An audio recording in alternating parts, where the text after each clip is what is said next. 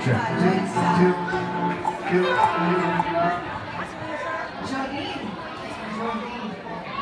siyempre, ang pinaka-cute na baka sa barangay ng Home Free Home, si Clarence Palamaña. Clarence!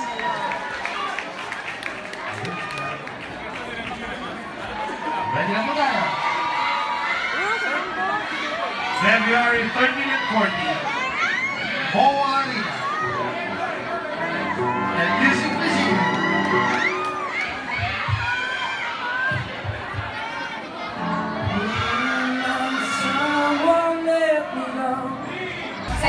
It's like we were there. Super kasiyahan pa rin dyan sa Sinulog Festival. Kani-kanina lang, kasama ng ating mga kapamilya, sina Enchong B, Maha Salvador, and Kim Chu, sa pakikisaya aboard the ASA 20 float. Maraming salamat po sa ABS-CBN and RNG Cebu. And thank you to all of you here, our live audience, and all of those watching at home.